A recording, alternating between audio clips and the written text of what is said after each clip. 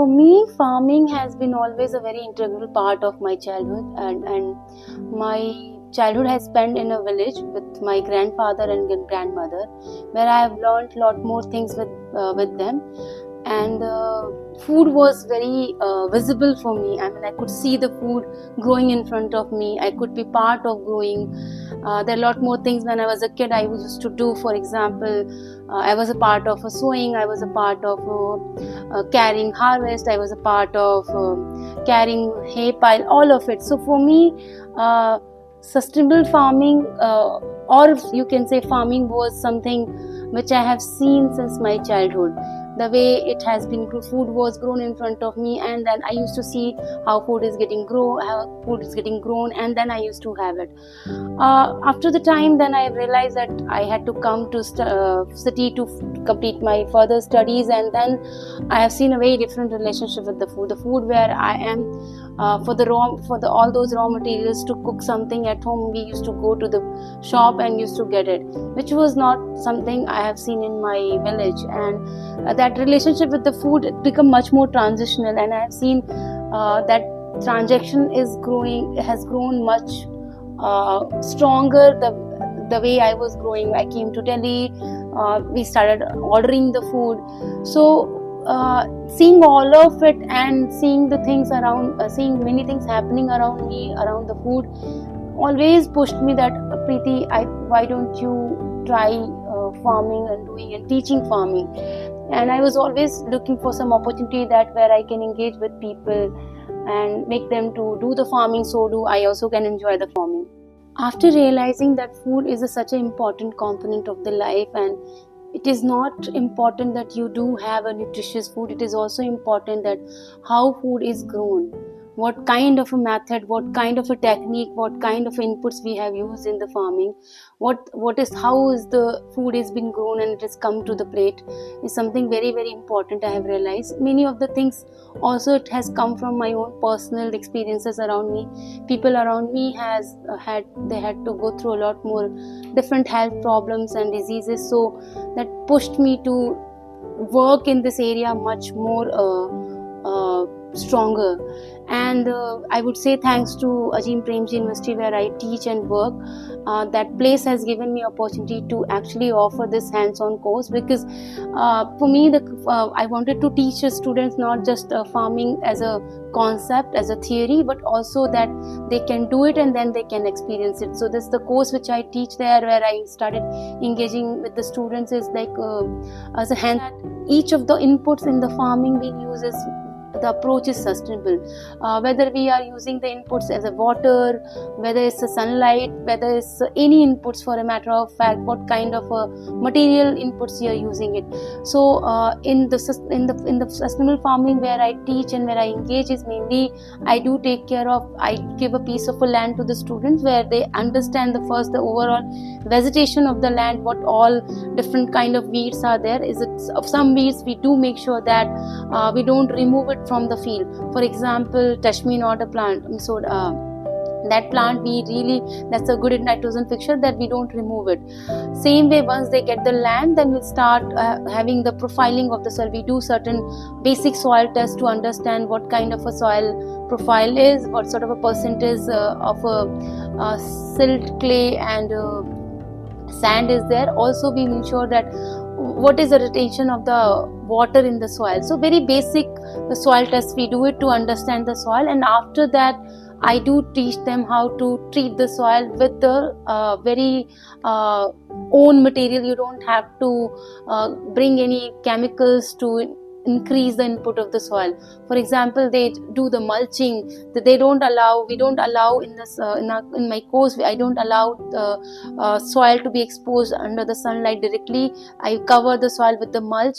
The same time, then I just add a lot more inputs, for example cocoa peat or neem, so that water, the soil itself gets much more stronger. So overall idea of the, when we start farming, overall idea of this farming, sustainable farming, is that how do you treat the soil? Because if you see in the current time, because of the conventional chemical based farming, most of the soil degradation has happened. The quality of soil has gone very bad in any of the place, and that is also because we have treated the soil as a heavy chemical component, where there's a pesticide, where the urea nitrogen based, heavy nitrogen based synthetic chemicals. Because of that, soil has gone very bad in many places of the country.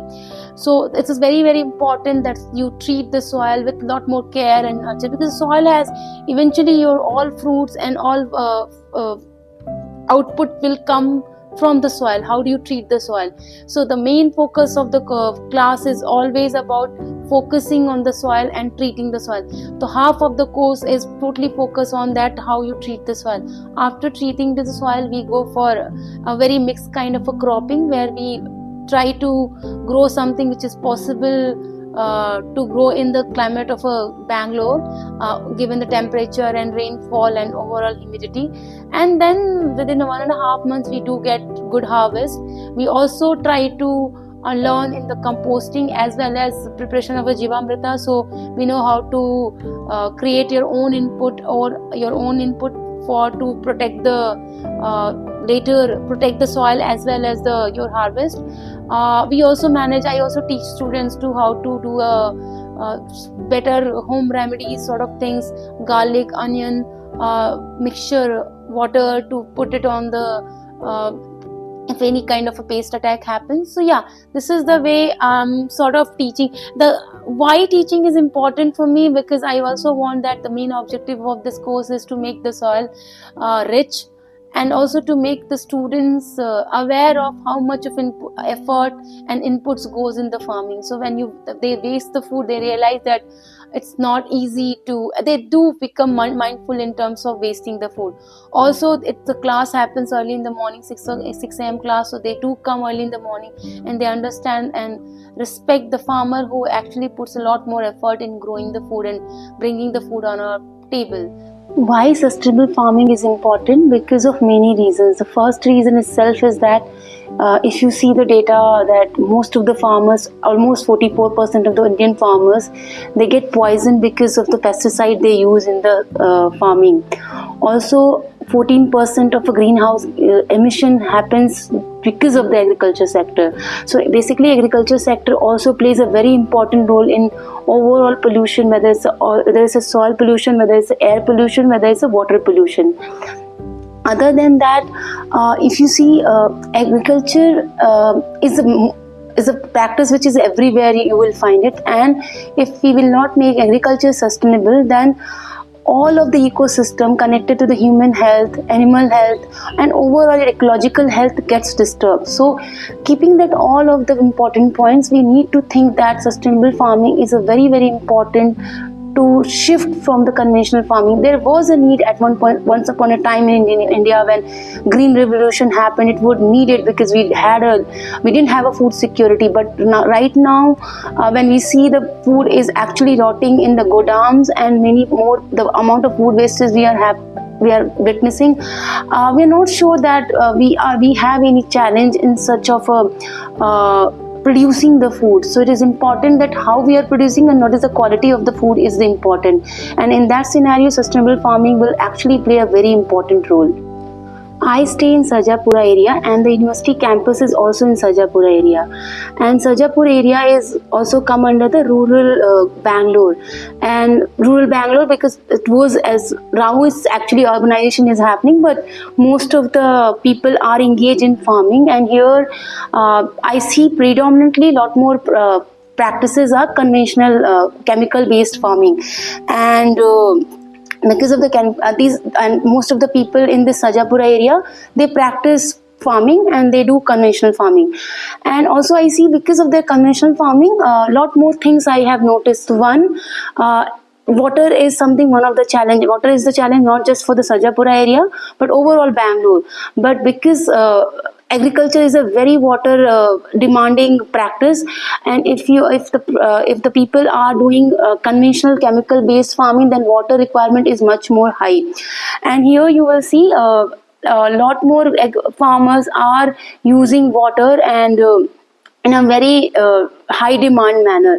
If this area shifts to sustainable farming, there are a lot more things we can sort of resolve for Sarjapura, and it can definitely impact the overall Bangalore.